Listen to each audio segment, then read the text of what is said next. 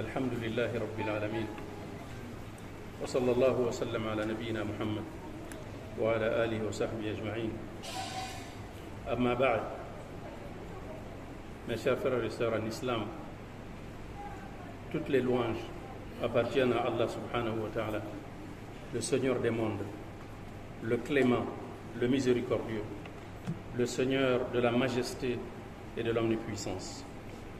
J'atteste qu'il n'y a aucune divinité, qu'il n'existe aucune divinité digne d'être adorée dans les cieux et sur la terre, en dehors d'Allah le Très-Haut, l'un et l'unique sans associé. J'atteste que Muhammad ibn Abdullah sallallahu alayhi wa sallam est son serviteur et son messager, le meilleur des messagers, venu avec le meilleur des messages à l'adresse de la meilleure des communautés. Cette communauté à propos de laquelle Dieu a dit dans le Coran: Kuntum khayra ummatin ukhrijat linnas ta'muruna bil ma'ruf wa tanhauna 'anil munkari wa tu'minuna billahi. Vous êtes la meilleure communauté qui soit suscitée parmi les descendants d'Adam, parce que vous ordonnez le convenable, vous interdisez le blâmable et vous croyez en Dieu. Que la paix et les bénédictions d'Allah soient également sur le prophète Muhammad sallallahu alayhi wa sallam, sur sa famille, sur ses compagnons, paix et bénédiction de tous les instants, jusqu'au jour de la résurrection. Que la paix et les bénédictions d'Allah soient également sur tous les prophètes, sur tous les messagers qui se sont succédés à travers les âges, ainsi que sur nous tous, sur tous les croyants et sur toutes les croyantes, et tous les porteurs et les porteuses de la foi, jusqu'au jour dernier. Que la paix et les bénédictions d'Allah se répandent également sur notre présente assemblée, dans cette mosquée, dans cette maison d'Allah subhanahu wa ta'ala. Qu'elles se répandent également sur nos familles respectives, sur le Niger et sur son peuple, sur notre sous-région de l'Afrique de l'Ouest, sur notre continent, sur l'ensemble de la Oumma islamique, sur le monde tout entier, et que toutes nos bonnes actions témoignent en notre faveur le jour des comptes, le jour de la résurrection, le jour où seules les bonnes œuvres et la sincérité dans la foi seront d'une certaine utilité. Chers frères et sœurs en islam, tout d'abord je voudrais vous inviter, et je voudrais également nous inviter, nous tous, à cultiver comme à l'accoutumée la crainte révérentielle d'Allah subhanahu wa ta'ala, at-taqwa. C'est la première recommandation que Dieu subhanahu wa ta'ala a faite au premier comme au dernier. La crainte d'Allah subhanahu wa ta'ala, parce que c'est cela véritablement la clé du salut, la clé du réconfort en toutes choses. Chers frères et sœurs en islam, notre sermon de ce vendredi 14 juin 2024, correspondant au 8e jour du mois béni de Zul Hijjah, le 8e jour du mois béni de Zul Hijjah, le mois du pèlerinage, eh bien, c'est qui est également le jour du pèlerinage, qui est également le demain, justement, nous avons parlé de cela, le jour d'Arafat. Notre sermon, donc, c'est parler du jour d'Arafat. C'est de mettre en évidence l'importance de ce jour.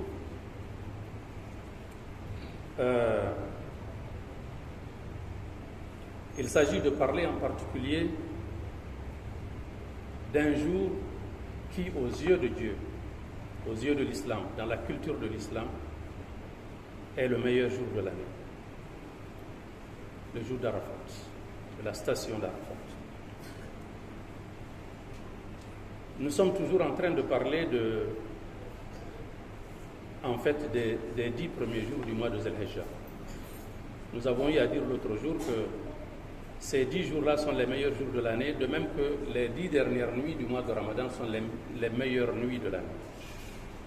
Nous avons eu à dire que c'est en raison du Coran de la révélation coranique au cours de la nuit de Laylatul Qadr qui se situe parmi les 10 dernières nuits de Ramadan, que Ramadan tire d'abord son importance, ses lumières et ses bénédictions, et qu'en particulier la nuit de Laylatul Qadr qui a vu la révélation, qui a été témoin de la révélation coranique, en un seul trait du ciel supérieur au ciel inférieur, c'est-à-dire depuis les tablettes gardées sous le trône de Dieu jusqu'au ciel inférieur, en une seule nuit, la nuit de Laylatul Qadr, comme le Coran l'a dit dans plusieurs versets, c'est ce qui donne justement cette particularité et cette spécificité à la nuit de Laylatul Qadr.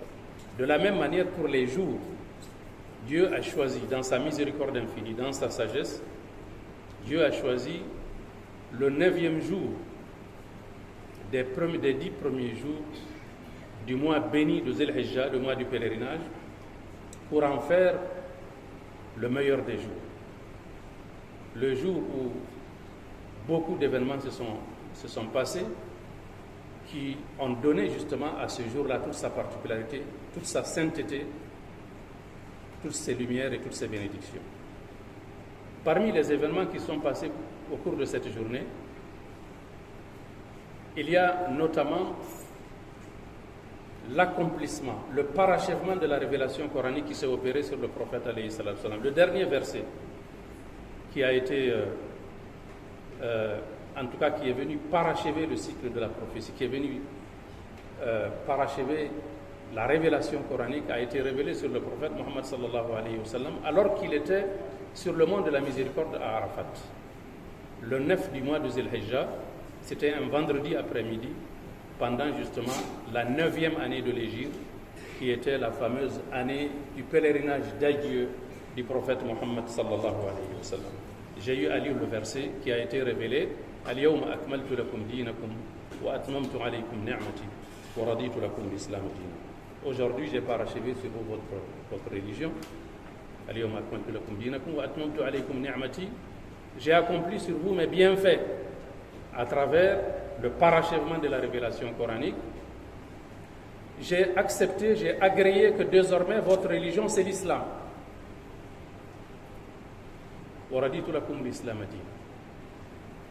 L'islam, qui est, il est vrai, la religion universelle d'Allah subhanahu wa ta'ala, qui a été prêchée par tous les prophètes, mais qui a été en fait parachevé avec l'avènement de Muhammad alayhi salatu salam. Donc c'est Muhammad alayhi salatu salam et sa communauté qui ont assisté, qui ont été témoins, qui ont été bénéficiaires de la forme achevée de cette religion universelle qui est l'islam, qui est la soumission, qui est l'obéissance volontaire et consciente de toutes choses à la volonté d'Allah subhanahu wa ta'ala. Donc le parachèvement de cette révélation, la révélation coranique, nous voyons donc ici que le Coran intervient, les lumières du Coran interviennent, les bénédictions du Coran interviennent pour faire de ce jour d'Arafat le meilleur des jours de l'année. Alors, donc, c'est ce qui fait que une occasion nous est donnée à travers ce jour qui coïncide avec la journée de demain samedi. C'est un jour que Dieu nous offre pour nous ressourcer, pour renforcer et cultiver notre proximité avec Allah subhanahu wa ta'ala. C'est donc une autre perche qui nous est tendue, une perche extrêmement importante parmi justement les 10 premiers jours du mois de Zul Hijja qui vont culminer donc demain dans leur sainteté, dans leur bénédiction, dans leur lumière avec la journée de Arafat. Les pèlerins qui ont l'insigne honneur d'avoir répondu à l'appel d'Allah subhanahu wa ta'ala pour aller effectuer le pèlerinage. Ces pèlerins donc auront cette facilité, auront ce privilège de pouvoir être comptés parmi les gens auxquels Dieu va se manifester. Dieu va descendre au ciel inférieur à l'intention des gens qui sont au Hajj pour écouter leurs prières, pour exaucer leurs prières, pour les couvrir de ces bénédictions et pour accepter leurs invocations. Et à propos de cela, justement, nous avons beaucoup de versets qui ont été du hadith du prophète alayhi salatu salam, dans ceux que j'ai eu à lire. Le prophète a dit alayhi salatu salam que le meilleur jour de l'année, c'est le jour d'Arafat. Et la meilleure prière que l'on puisse faire, la meilleure invocation que l'on puisse adresser à Allah subhanahu wa ta'ala, c'est l'invocation qu'on adresse à Dieu le jour d'Arafat. Et parmi les invocations qu'il nous est donné d'adresser à Allah subhanahu wa ta'ala, la meilleure des invocations, c'est l'invocation que nous avons eu à lire. C'est La ilaha illallah wahdahu la sharika lahu, lahul mulk wa lahul hamdu wa huwa ala kulli shay'in qadir. Cette invocation, elle est très simple, facile à retenir, mais le prophète a dit, alayhi salatu wassalam, la meilleure invocation qui m'a été donnée, moi, le prophète Muhammad, alayhi salatu wassalam, et qui a été donnée également à tous les prophètes qui m'ont précédé, c'est cette invocation-là. Au point qu'il est rapporté que le prophète Moussa, alayhi salam, lui qui a eu l'occasion de parler à Dieu, vous vous souvenez, dans le Coran nous en a parlé, sur le mont Sinaï, et il a parlé à Dieu justement au cours de ces 10 premiers jours de Dhul Hijjah. Précisément ces 10 jours-là, parce que le prophète Moussa, quand il a eu le rendez-vous avec Dieu, Dieu lui a demandé de jeûner 30 jours pour se purifier en prélude à sa rencontre avec Allah subhanahu wa ta'ala. Il a jeûné 30 jours. Et avant de venir, après les 30 jours, Dieu lui a dit d'ajouter 10 jours pour parfaire sa purification. Et donc les 30 jours, c'était les 30 jours du mois de Zil Qa'da, et les 10 jours qu'il a ajoutés, ce sont les 10 premiers jours du mois de Zil Hijjah. Le prophète Moussa, quand il a parlé à Dieu, on rapporte qu'il a dit à Dieu, « Oh mon Seigneur, je veux que tu me donnes une formule de prière et d'invocation que personne d'autre n'a utilisée avant moi. » Dieu lui a dit de dire « La ilaha illallah », cette invocation-là. Le prophète Moussa a dit à Dieu, tout le monde prononce cette invocation. Tous les prophètes, tout le monde, ils connaissent ça déjà. Moi, je veux autre chose, de mieux que ça. Dieu lui a répondu, « Ô Moussa, sache que même si il t'arrive de mettre la formule La ilaha illallah sur le plateau d'une balance, et tu mets toutes les créatures en dehors de moi, tout ce qui existe dans l'existence en dehors de moi, Dieu, sur l'autre plateau de la balance, le plateau de la ilaha illallah sera plus lourd. » Donc voilà une invocation extrêmement importante à laquelle il est important de nous attacher. C'est une invocation qui nous suffit, non seulement c'est du zikr, c'est du souvenir de Dieu, mais c'est en même temps une invocation, une demande que nous adressons à Allah subhanahu wa ta'ala. Donc ça c'est la meilleure des invocations à laquelle il est important de s'attacher, de même que dans la nuit de Laylatul Qadr, l'épouse du prophète, notre mère Aïcha, a demandé au prophète alayhi salatu wa sallam de donner une formule qu'il va lire pendant la nuit de Laylatul Qadr. S'il arrivait qu'elle coïncidait avec Laylatul Qadr, le prophète lui a dit de dire Allahumma innaka afoun tuhibbul afwa fa'fu anni. Donc c'est l'invocation maîtresse qui a été recommandée par le prophète alayhi salatu wa sallam pour Laylatul Qadr. De même, l'invocation maîtresse qui nous a été recommandée pour la journée de Arafat, c'est La ilaha illallah wahdahu la sharika lah. Donc nous qui sommes dans les horizons lointains, qui ne sont pas des pèlerins, nous participons justement à ce grand festin ou à cette grande célébration. En fait, c'est une célébration. Nous célébrons ici l'anniversaire de l'accomplissement de la révélation coranique, le parachèvement de la révélation coranique. C'est pourquoi toutes les communautés musulmanes, toutes les contrées musulmanes, annuellement, envoient des délégués. En réalité, les pèlerins qu'ils envoient, ce sont des délégués des différentes contrées parce qu'ils viennent de toutes les parties du monde. C'est ce que le Coran a dit. Ils viennent de tous les horizons les plus lointains, pour venir se rassembler sur le mont de la miséricorde et célébrer justement cet événement-là qui est le parachèvement de la révélation coranique. C'est un événement majeur dans l'histoire de l'islam, mais également dans l'histoire de l'humanité tout entière. Que Dieu subhanahu wa ta'ala ait parachevé ses bienfaits sur nous, c'est pourquoi Dieu l'a proclamé haut et fort. Subhanahu wa ta'ala. Ainsi donc, nous participons à cela à travers ce qui nous a été recommandé, notamment le jeûne de la journée de Arafat qui est demain, la journée de demain. Les pèlerins, eux, ils ne jeûnent pas. Mais les gens qui ne sont pas pèlerins, il leur est recommandé, c'est véritablement un acte très très méritoire de pouvoir jeûner ce jour, la journée de demain.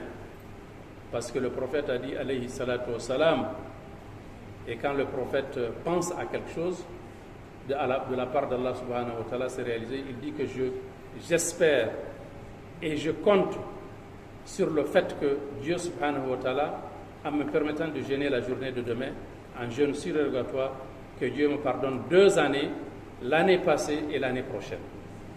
Donc voilà une grande récompense que vous avez. Tous vos péchés de 2 années entières, l'année passée et l'année précédente, vont être absous par Dieu subhanahu wa ta'ala du fait du jeûne de cette journée-là, pour les gens qui n'ont pas la chance, qui n'ont pas l'occasion, l'opportunité d'être avec les pèlerins. Donc c'est tout cela, les dhikrs que nous faisons, les prières que nous faisons, les sadaqat, les aumônes que nous faisons, les bonnes œuvres, toutes les bonnes actions, les prières nocturnes, la lecture du Coran, etc. et le jeûne que nous observons pendant ce jour-là. Tout cela nous permet, Inch'Allah, de participer avec les pèlerins qui sont à Arafat, à participer donc à ces bienfaits et à ces bénédictions que nous offre justement cette grande journée dans la vie des croyants et des croyantes musulmans. Ainsi donc, il est important de comprendre que le croyant, il a toujours, Dieu met à sa disposition, au cours de l'ensemble de toute l'année, des occasions qui lui permettent de se racheter, qui lui permettent d'avancer, Inch'Allah subhanahu wa ta'ala. As'alullah subhanahu wa ta'ala bimannihi wa karamihi an yaj'alani wa iyyakum min alladhina yastami'una al-qawla fayattabi'una ahsanahu ulaika alladhina hadahumullah wa ulaika hum ulul albab. Allahumma la sahla illa ma ja'altahu sahlan wa anta taj'alu al-hazna idha shi'ta sahlan. اللهم كن لنا مؤيدا وناصرا وكن بنا رؤوفا رحيما. اللهم احفظنا بالإسلام قائمين وقائدين وراقدين ولا تشمل بنا عدوا ولا حاسدا. اللهم إنا نسألك العفو والعافية في ديننا ودنيانا وأهلنا وأموالنا وأولادنا. اللهم استر عوراتنا وآمن روعاتنا. اللهم استر عوراتنا وآمن روعاتنا. اللهم استر عوراتنا وآمن روعاتنا. اللهم احفظنا من بين أيدينا ومن خلفنا وعن أيماننا وعن شمائلنا ومن فوقنا ونعوذ بعظمتك أن نغتال من تحتنا. اللهم إنا نسألك باسمك العظم الذي إذا سئلت به أعطيت وندعوك باسمك العظم الذي إذا دعيت به أجبت ونسألك بأنك أنت الله الذي لا إله إلا أنت الأحد الصمد الذي لم يلد ولم يولد ولم يكن له كفوا أحد ونسألك بأن لك الحمد لا إله إلا أنت يا حنان يا منان يا بديع السماوات والأرض يا ذا الجلال والإكرام يا حي يا قيوم. نسألك بأسمائك الحسنى وبصفاتك العلى أن تغفر لنا ذنوبنا وأن تعيننا وأن ترحمنا وأن تيسر لنا أمورنا وأن تحفظ هذا البلد. اللهم اجعل هذا البلد بلدا آمنا وارزق أهله من الطيبات ومن الثمرات. كلنا ولهم مؤيدا وناصرا وكن بنا رؤوفا رحيما. اللهم أصلح لنا ديننا الذي هو عصمة أمرنا وأصلح لنا دنيانا التي فيها معاشنا وأصلح لنا آخرتنا التي إليها معادنا واجعل الحياة زيادة لنا في كل خير واجعل الموت راحة لنا من كل شر. ربنا أعنا ولا تعن علينا وانصرنا ولا تنصر علينا وامكر لنا ولا تمكر علينا وكن لنا ولا تكن علينا وزدنا ولا تنقصنا وأكرمنا ولا تهنا وآتنا ولا تحرمنا وآثرنا ولا تؤثر علينا واهدنا ويسر الهدى لنا. اللهم احفظنا بالإسلام قائمين وقائدين وراقدين ولا تشمل بنا عدوا ولا حاسدا. اللهم كن لنا مؤيدا وناصرا وكن بنا رؤوفا رحيما. اللهم كما دللتنا عليك فكن شفيعنا إليك. اللهم كما دللتنا عليك فكن شفيعنا إليك. اللهم كما دللتنا عليك فكن شفيعنا إليك. اللهم حسبنا من سؤالنا علمك بأحوالنا. اللهم حسبنا من سؤالنا علمك بأحوالنا. اللهم حسبنا من سؤالنا علمك بأحوالنا. اللهم لا تحرمنا خير ما عندك بسوء ما عندنا. اللهم لا تحرمنا خير ما عندك بسوء ما عندنا. اللهم لا تحرمنا خير ما عندك بسوء ما عندنا. اللهم إنا نسألك من خير ما سألك منه عبدك ونبيك محمد صلى الله عليه وسلم وعبادك الصالحون ونعوذ بك من شر ما استعاذك منه عبدك ونبيك محمد صلى الله عليه وسلم وعبادك الصالحون وأنت المستعان وعليك البلاغ ولا حول ولا قوة إلا بالله العلي العظيم. وأقم الصلاة إن الصلاة تنهى عن الفحشاء والمنكر